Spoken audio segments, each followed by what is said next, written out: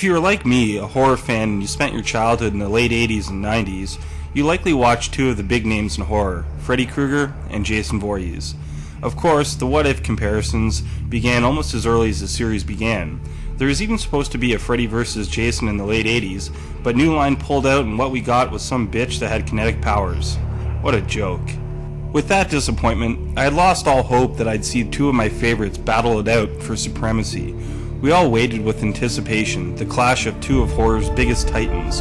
In the early 2000s, my wish was granted, and the first announcement was made that there would be a Freddy vs. Jason, finally, in 2003. 15 years after the first fall-through, we finally had it. Finally, we would see the machete-wielding maniac versus the perverse dream master.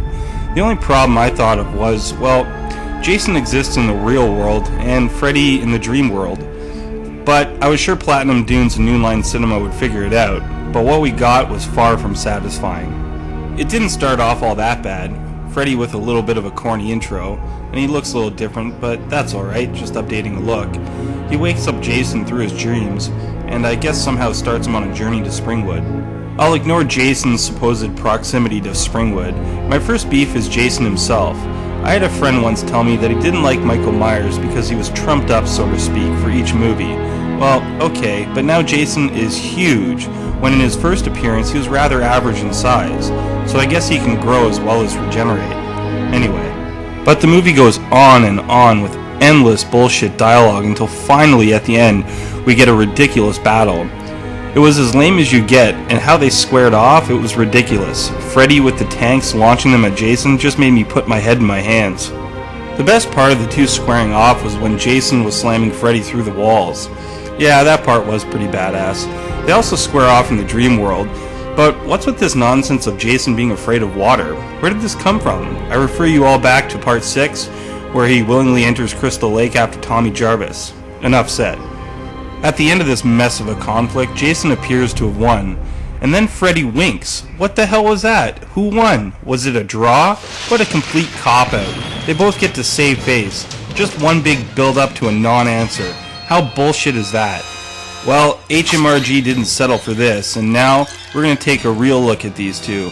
And although it's not a movie, we're cutting the bullshit and seeing how these two would really stack up. Who'd really win? We are getting an answer from this review no matter what. And before we start, this is strictly movie-based. No comics or cartoons involved in this brawl at all. We will use examples from each of the respective sagas. So here we go. In this corner, standing between 5'10" and sometimes 6'7", weighing in between 190 to 250 pounds, I don't know, Jason Voorhees. And in the other corner, standing 5'11" and weighing, I'm guessing 170 pounds roughly, Fred Krueger. Here we go. Ruthlessness. Both have been ferocious in each of their sagas, with a ton of kills to their name. Some are rather creative in their exploits, like when Krueger dropped Philip in the Dream Warriors. Jason is no doubt one badass mother, but I do recall in part 6 he looked down almost with curiosity at a child. He made no aggressive moves to the kid, and I'm assuming he had no intention of killing him.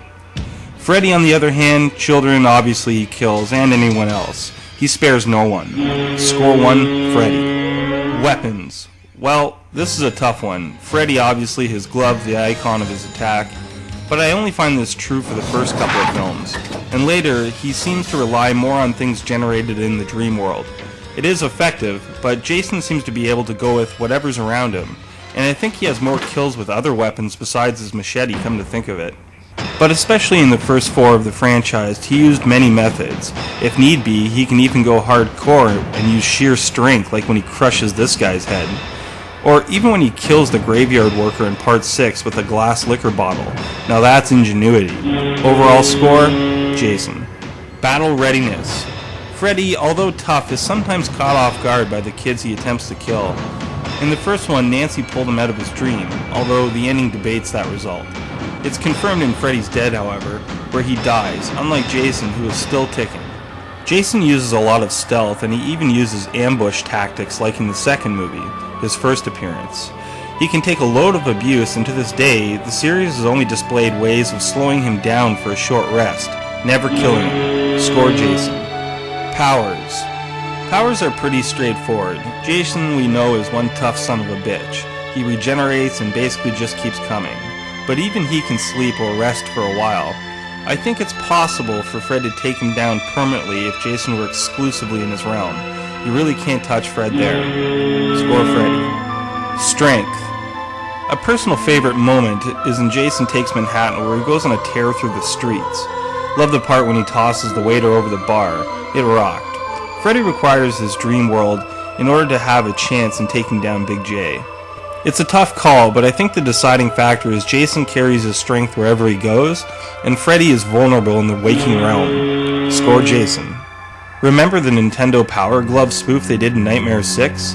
How could they do that to a horror icon? Originally I was going to take a point away just for that, but I wanted to keep this legit. Anyway. Intelligence.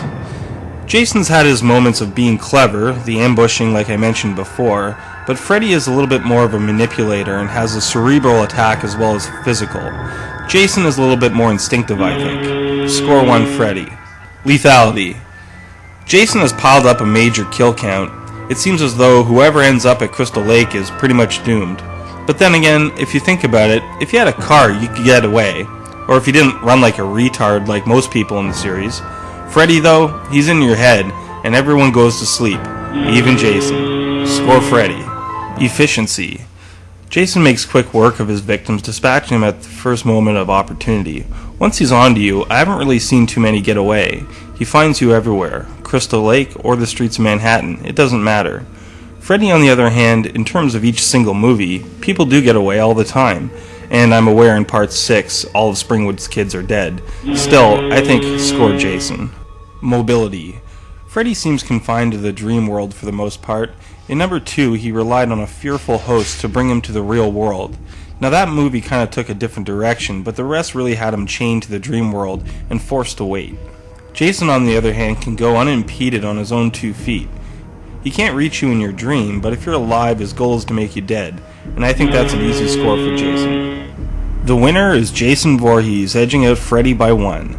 I know there will be disagreement on this video if it was fair or if I missed something, but I think it's only fair and more to the point that there should be a winner, and it's only fair to the fans that helped make them a franchise in the first place. Having them draw is just a disappointment.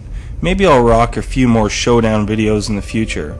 Thanks to everyone who's been watching Horror Movie Review Guy. Thought I'd do something fun for the 1-year anniversary. Hope you enjoyed. Thanks for watching.